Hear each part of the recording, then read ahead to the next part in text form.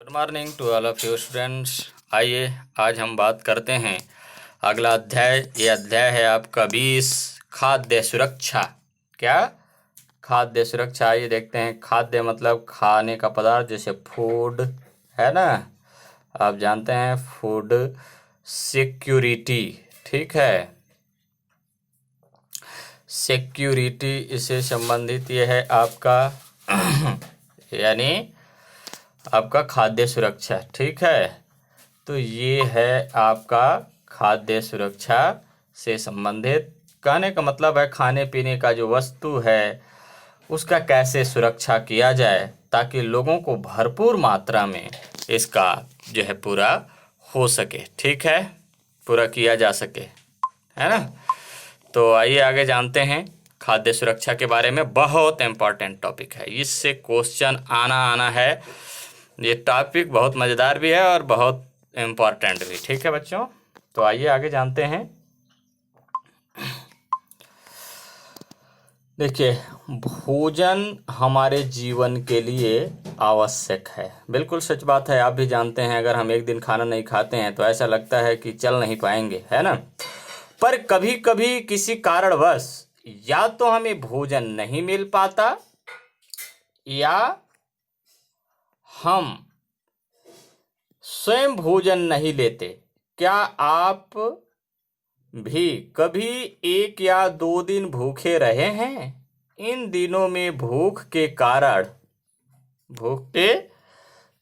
आपको कैसा महसूस हुआ? कोई व्यक्ति लंबे समय तक भूखा रहकर कैसे अपने प्राणों की रक्षा करता होगा?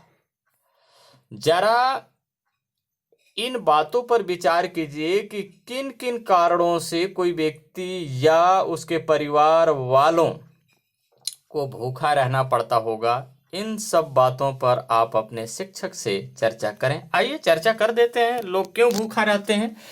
देखिए, पहली बात तो खाने पीने की वस्तु यदि उसे नहीं मिलता है तो भूखा होगा। भूखा होने का कारण क्या है?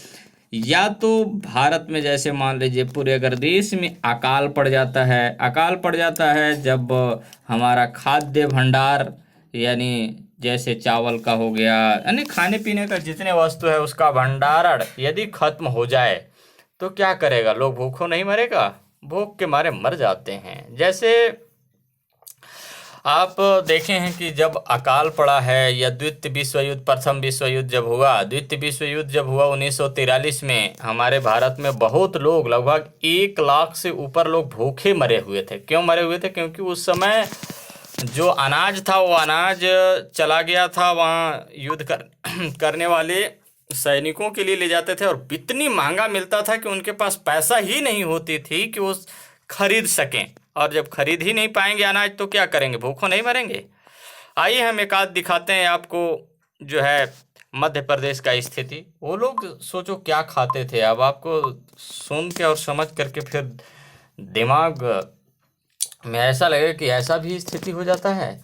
मध्य प्रदेश के भूखे तस्वीर आपको दिखाता हूँ। लगभग 80 वर्ष पूर्व मध्य प्रदेश के पश्चिमी निमाड़ क्षेत्र, एक क्षेत्र है निमाड़ क्षेत्र में भयंकर अकाल पड़ा 80 वर्ष पूर्व। ठीक है, कहने का मतलब आज 2020 है तो 20 साल ये हो गया, 60 साल पहले, यानी समझ लीजिए कि 1940 के आसपास। ठीक है, तो अकाल पड़ा। उस स्थिति में लोगों ने इसका सामना कैसे किया? एक शाला के बच्चों द्वारा, यानी स्कूल के बच्चों द्वारा अपने बड़े बुजुर्गों से उनके अनुभव पूछे गए और उसका दस्तावेजीकरण किया गया। उसका एक दृश्य नीचे प्रस्तुत है। आइए हम आपको उस दृश्य को दिखाने का प्रयास करते हैं। ये देखिए, छोटा कर देता हूँ ताकि आप पूरा देख लीजिए। ये देखिए, आपको दिख रहा होगा, ये दृश्य देख रहे हैं। ये भूखो कितना पतला हो गया है, हड्डी हड्डी हो गया है ना। आइए इसको पढ़ते हैं, देखते हैं क्या बात इसमें बोल रहा है। अकाल यानी अकाल में कुछ नहीं पका, जिसको जो मिला वह खा जाता था। पेड़ की पत्ती छाल, यानी पेड़ का जो छाल लगा हुआ रहता है ना पेड़ में, जैसे जो उसकी चमड़ी, तो वो छाल किसी भी चीज को पीस कर खा जाते थे। अकाल के समय जंगल की भाजी भी नहीं मिलती थी। अनाज बहुत महंगा हो चुका था। पहले 1 रुपए का 5 किलो अनाज मिलता था, मगर अकाल में 5 रुपए का 1 किलो भी मिलना कठिन था। ऐसा स्थिति हो चुका था। ठीक है, आगे देखिए।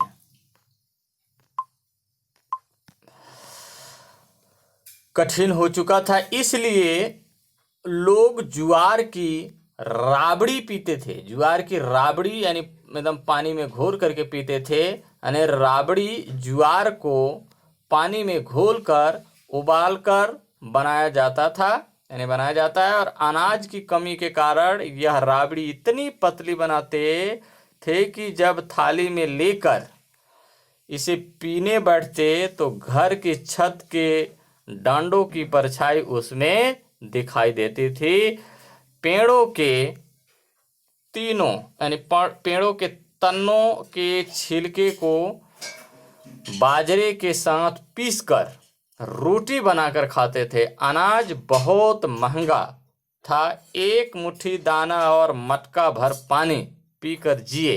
पेड़ के सभी भाग को खाया, मिट्टी भी खाई। सोचो, ये व्यक्ति बता रहा है, ये जो व्यक्ति आपको दिख रहा है ना, ये भूखमरी से पीड़ित इंसान और जानवर, ये ऐसा बताया कि पेड़ के छाल भी खाए, मिट्टी भी खाए, जीवन जीने के लिए सोचो।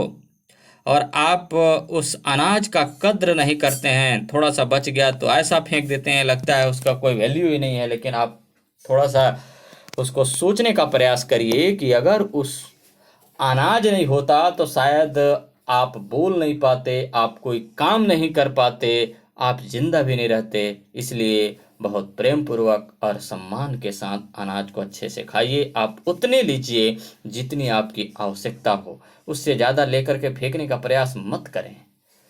आज भले ही आपके पास है, लेकिन समय एक ऐसा चीज होता है कि कभी ऐसा होगा जो आपको अनाज मिलना मुश्किल हो जाएगा। यहाँ देखिए ये कितने स्थिति खराब हो चुका है। यहाँ का हड्डी दिख रहा है, लोग डेथ कर गए हैं। हड्डी, बच्चों का हड्डी देख रहे हो, कुपोषित एकदम बिल्कुल। ये बच्चे देख रहे हो कैसा स्थिति हो चुका है, किस वजह से? खाना। अगर खाना इसको मिलता तो ऐसा होता, ये स्थिति ऐसा रहता? बिल्कुल नहीं, ताजगी रहता, मस्त एकदम काम करते हुए रहते। लेकिन देखो कितना महत्व है खाना का। ठीक है, तो इसलिए बच्चों कभी भी अपने भोजन को बहुत कद्र के साथ बिल्कुल अच्छे से स्वीकार करें, खुशी मन से करें, ताकि वो आपके अंदर लगे। ठीक है, इसलिए बिल्कुल अच्छे से आप उसका उपयोग करेंगे। ठीक है, देखो कितना इससे लोग जो है भूख के मारे मर गए। 1 लाख से ऊपर मैं बता रहा हूँ ना। आगे देखते हैं बंगाल के अकाल की तस्वीर। अभी देखिए बंगाल के अकाल का तस्वीर है वर्ष 1943 में। अब सोचो कि द्वितीय विश्व युद्ध चल रहा है, 1939 में ही शुरू हो गया। 1943 में बंगाल में आए भयंकर अकाल से लगभग 30 लाख लोगों की मृत्यु हुई। सोचो, अगर उसको पर्याप्त मात्रा में भोजन मिलता तो क्या ये 30 लाख इंसान मरते? नहीं। इसलिए अनाज का कद्र कीजिए, अच्छे से खाइए, पीजिए और एंजॉय करिए, है ना। मृत्यु हुई अनाजों के उत्पादन में थोड़ी सी कमी से इस अकाल की शुरुआत हुई। अनाज उत्पादन की थोड़ी कमी ने ऐसा दुष्चक्र बनाया कि भयंकर अकाल का रूप ले लिया। खराब मौसम के कारण अनाजों के उत्पादन में थोड़ी गिरावट आई। विदेशों से भी अनाजों का आयात प्रभावित हुआ। अनाजों की थोड़ी क्या है, अनाजों की थोड़ी क्या हुई, कमी, है ना। तो थोड़ी कमी से व्यापारी वर्ग द्वारा जमाखोरी की जाने लगी, जिससे अनाजों की कीमतों में वृद्धि होनी शुरू हो गई। कृषक वर्ग द्वारा भी अपने खाद्यान्न आवश्यकताओं एवं बचाव को देखते हुए अनाजों को बाजार में बेचना काफ़ी कम कर दिया, जिससे पुनः अनाजों की कीमतों में तेजी से वृद्धि होने लगी। वहीं सरकार द्वारा भी जमाखोरी, मूल्य वृद्धि रोकने एवं खाद्यान्न आपूर्ति बढ़ाने पर कोई प्रयास नहीं किया गया। अकाल पड़ा हुआ है, सरकार इस पर कोई काम नहीं कर रहा है। ब्रिटिश सरकार है ना, अंग्रेज सरकार है, क्या करेगा? वो तो चाह भी रहा है कि मरो भाई, क्या करना है, बहुत हड़ताल करते हो, ठीक है। इसलिए परिणाम स्वरूप अनाजों की कीमतों में बेतहाशा वृद्धि होने लगी, बहुत ज्यादा वृद्धि होने लगी उसकी कीमत में, है ना।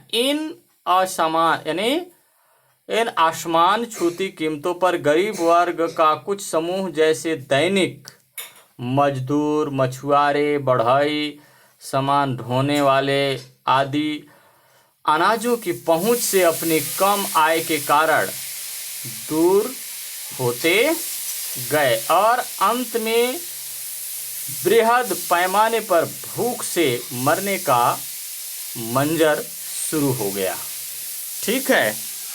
इस तरीके से लोगों का जो है अकाल में मरने का मंजर शुरू हो गया था।